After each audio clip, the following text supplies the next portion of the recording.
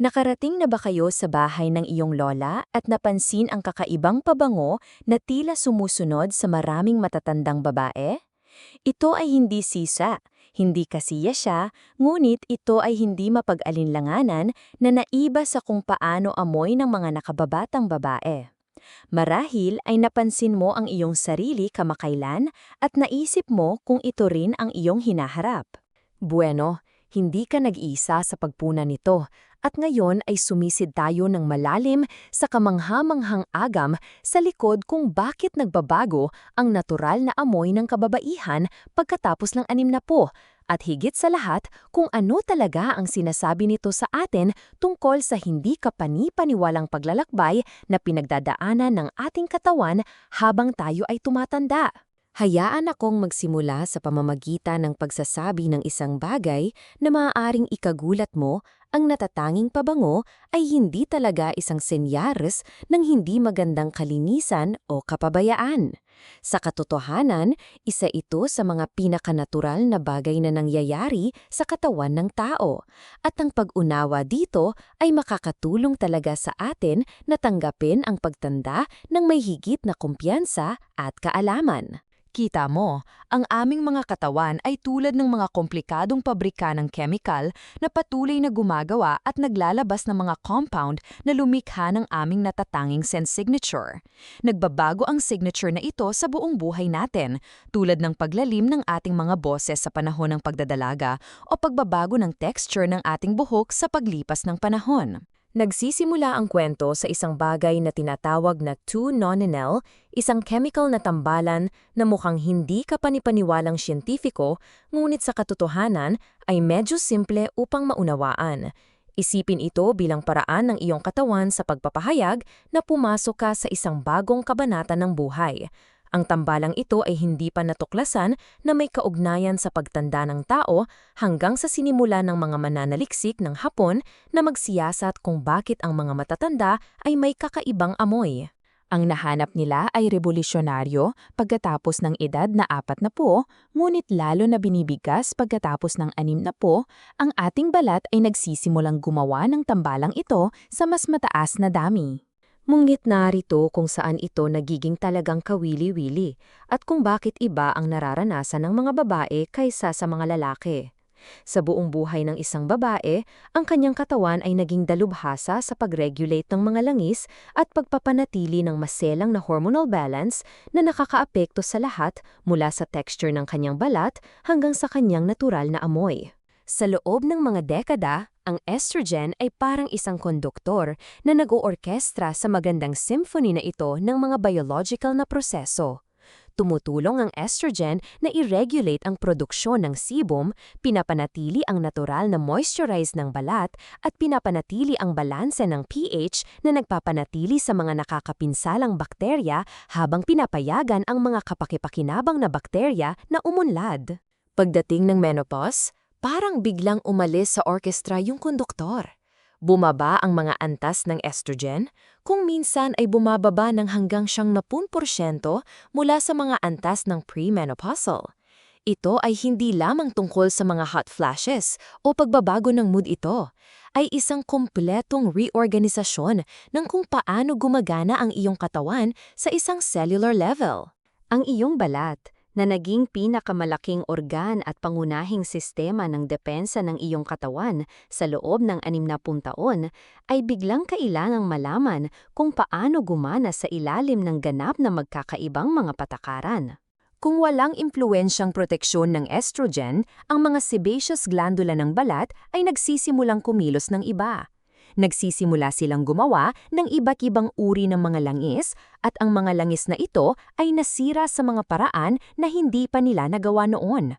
Ang balat ay nagiging mas payat, nawawala ang ilan sa natural na paggana ng hadlang nito at nagbabago ang balanse ng pH. Lumilikha ito ng perpektong kapaligiran para umunlad ang iba't ibang uri ng bakterya at kapag ang mga bagong populasyon ng bakterya na ito ay nakikipag-ugnayan sa mga binagong langis ng balat, gumagawa sila ng iba't ibang mga aromatic compound. Ngunit ang 2-nonenal ay bahagi lamang ng kwento. Habang tayo ay tumatanda, nagiging hindi gaanong mahusay ang ating mga katawan sa pagbagsak ng ilang mga fatty acid. Ang mga acid na ito, kapag naipon at na-oxidize ang mga ito sa banat ng balat, ay nakakatulong sa kakaibang amoy na iyon. Ito ay katulad ng kung paano nagkakaroon ng ibang amoy ang isang piraso ng prutas habang ito ay hinog, hindi ito nasisira, binabago lang nito ang kemikal na komposisyon nito bilang bahagi ng isang natural na proseso. Ang higit na nakakapagpapahanga dito ay ang pagbabagong ito ng pabango ay hindi basta-basta o walang kabuluhan. Mula sa isang evolusyonaryong pananaw, naniniwala ang mga siyentipiko na ang mga natatanging pabango na nauugnay sa edad ay maaaring nagsilbi ng mahahalagang tungkulin panlipunan sa mga komunidad ng tao. Tulad ng maraming mga hayop na maaaring matukoy ang edad, katayuan sa kalusugan, at reproductive fitness sa pamamagitan ng pabango, ang mga tao ay maaaring umunlad upang ipaalam ang impormasyon sa yugto ng buhay sa pamamagitan ng ating natural na mga amoy. Ang iyong nagbabagong pabango ay maaaring ang paraan ng iyong katawan sa pagbibigay ng senyals ng karunungan, karanasan, at paglipat sa isang bagong panlipunang tungkulin sa loob ng iyong komunidad. Naguugnay ito sa isang magandang bagay na nangyayari sa parehong oras na napansin ng maraming kababaihan ang mga pagbabagong ito ng pabango madalas nilang nagsisimulang makipag-usap sa kanilang sarili ng mas madalas. Ngayon, bago mong isipin na ito ay isang senyales ng paghina ng cognitive, hayaan mo akong ibahagi kung ano talaga ang sinasabi sa atin ng pananaliksik tungkol sa hindi pangkaraniwang bagay na ito.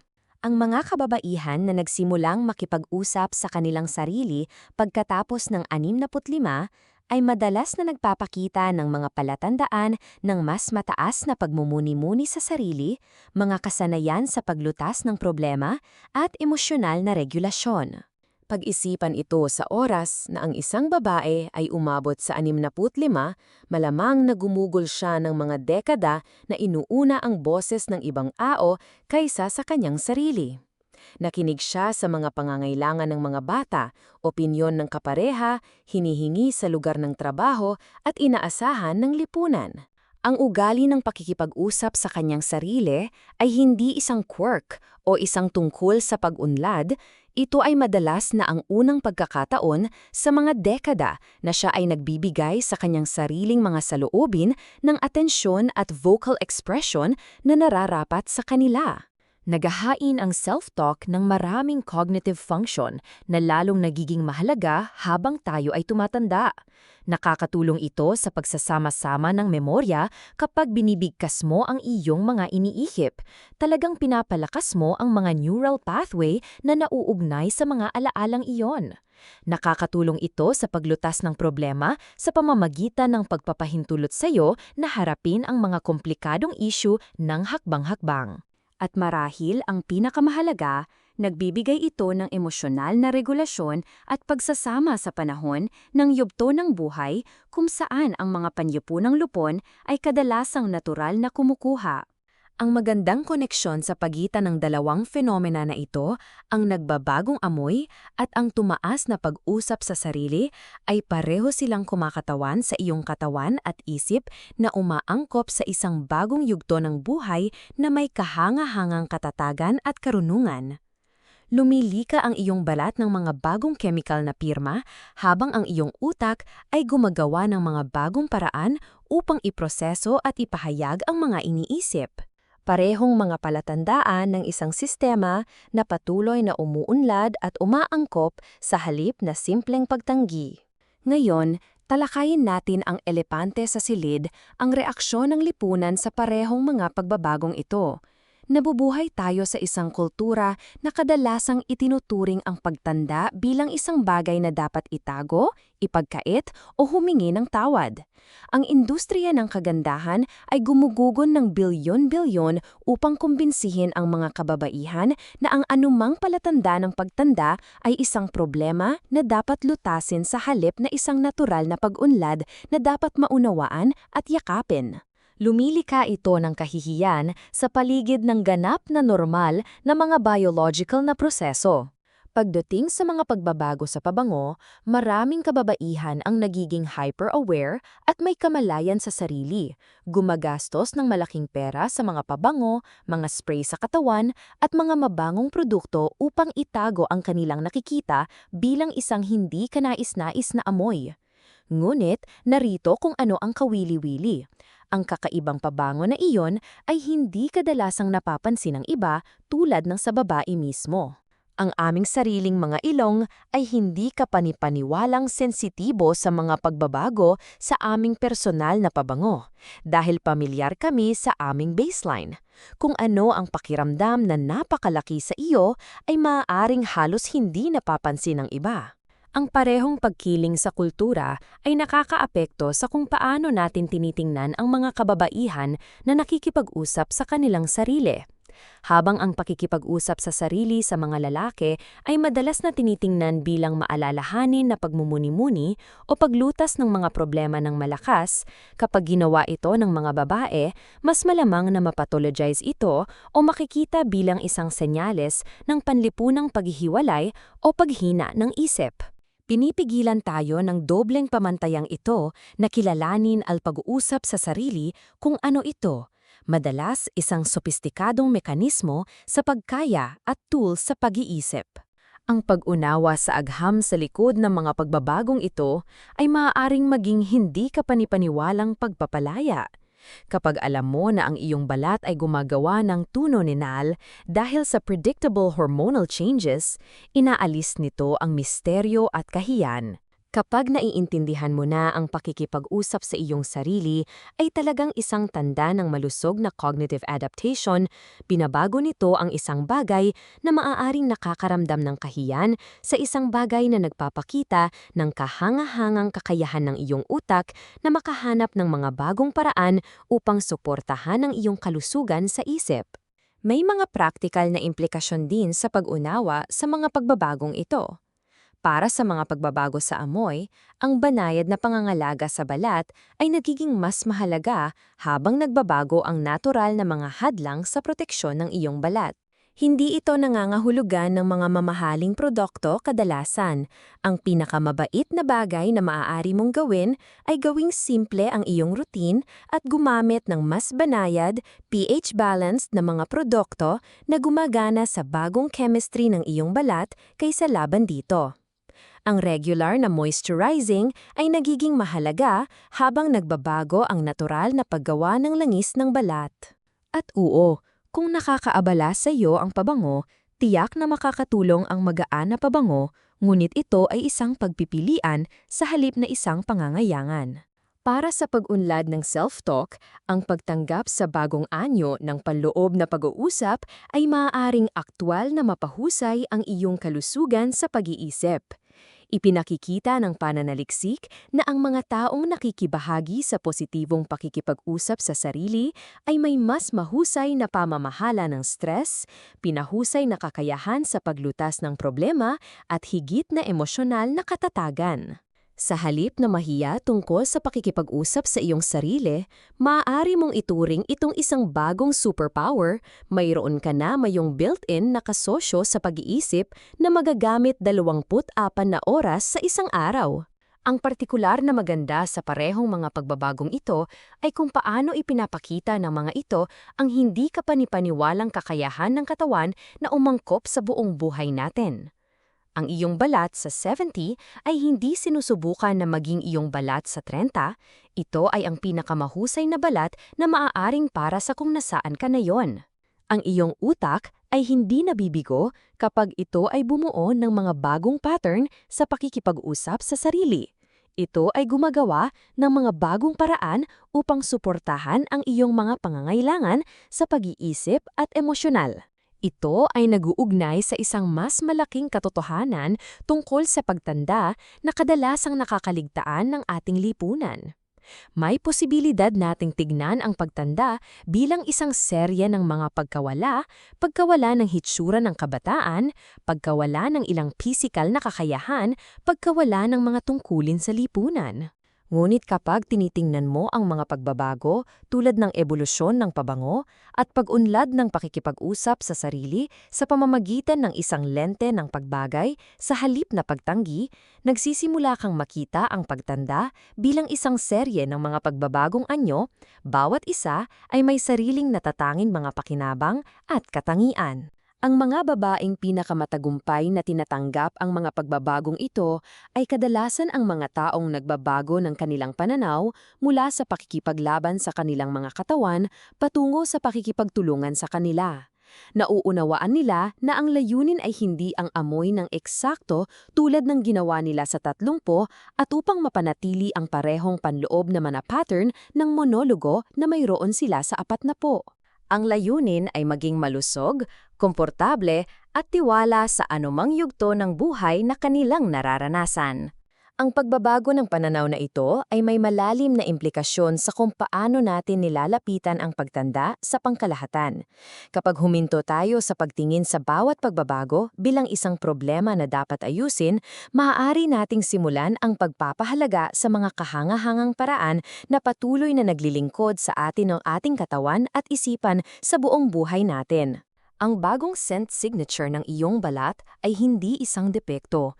Ito ay katibayan ng isang komplikadong biological system na patuloy na gumagana at umaangkop pagkatapos ng mga dekada ng serbisyo. Ang iyong tendensya na ipahayag ang iyong mga iniisip ay hindi isang nakaukol na ugali. Ito ay isang sopistikadong diskarte na binuo ng iyong utak upang suportahan ang iyong nagbibigay malay at emosyonal na kagalingan. Isaalang-alang kung paano maaaring baguhin ng kaalamang ito ang iyong kaugnayan sa sarili mong proseso ng pagtanda. Sa halip na mag-alala tungkol sa kung nagkakaroon ka ng amoy ng matandang babae, maaari mong pahalagahan ang kamangha-manghang biochemistry na lumilikha ng mga bagong aromatic compound habang nagbabago ang iyong hormonal landscape. Sa halip na makaramdam ng pag-iisip sa sarili tungkol sa pakikipag-usap sa iyong sarili, maaari mong kilalanin ito bilang paraan ng iyong isip sa pagbibigay ng atensyon at pagproseso sa iyong mga iniisip pagkatapos ng mga taon ng pagbibigay prioridad sa iba pang mga boses. Ang ripple effect ng pag-unawang ito ay higit pa sa individual na kaginahawa sa kung paano tayo nakikipag-ugnayan sa mga matatandang babae sa ating mga komunidad. Kapag nakikita tayo ng isang matandang babae na may kakaibang pabango, sa halip na mag-isip tungkol sa kanyang kalinisan o pangangalaga sa sarili, maa-appreciate namin na nasaksihan namin ang mga natural na biological na proseso sa trabaho. Kapag narinig namin ang isang matandang babae na nakikipag-usap sa kanyang sarili, sa halip na mag-alala tungkol sa kanyang mental na kalagayan, maaari naming makilala ang sopistikadong cognitive adaptation sa pagkilos. Ang pagbabagong ito sa pananaw ay partikular na mahalaga para sa mga kababaihan ng mismong lumalapit o nakakaranas ng mga pagbabagong ito. Ang pag-alam kung ano ang aasahan ay nag-aalis ng takot at kahiyan sa equation. Ang pag-unawa na ang mga pagbabagong ito ay normal, natural at kahit nakapakipakinabang sa maraming paraan ay nagbibigay daan sa mga kababaihan na tumanda ng may dignidad at kumpiyansa sa halip na pagkabalisa at kahiyan. Patuloy na umuunlad ang pagsasaliksik sa parehong mga penomena na ito at ang aming natututuhan ay patuloy na tumuturo sa parehong konklusyon.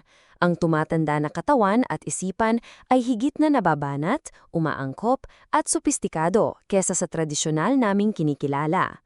Ang bawat pagbabago mula sa molecular level ng scent compounds hanggang sa cognitive level ng self-talk patterns ay kumakatawan sa patuloy na pangako ng iyong katawan na suportahan ka sa bawat yugto ng buhay. Kaya sa susunod na mapansin mo na ang iyong natural na pabango ay nagbago o nahuli mo ang iyong sarili na may detalyadong pakikipag-usap sa iyong sarili tungkol sa iyong mga pang-araw-araw na plano, tandaan na nasasaksihan mo ang mga kahanga-hangang biological at cognitive adaptations sa real time.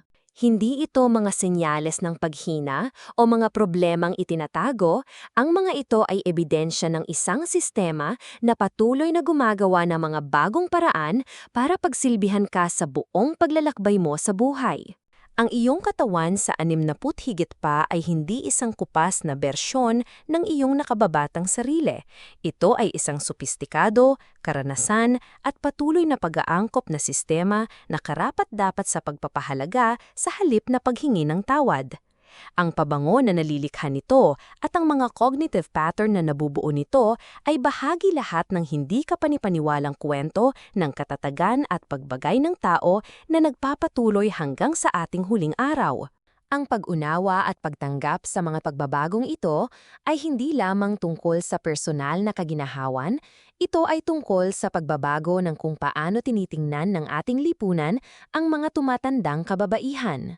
Kapag nakilala natin ang agham at pagiging sopistikado sa likod ng mga pagbabagong nauugnay sa edad, masisimulan nating makita ang mga matatandang babae hindi bilang mga taong ang pinakamagagandang araw ay nasa likod nila, ngunit bilang mga individual na patuloy na nagbabago sa mga kaakit-akit at makabuluhang paraan.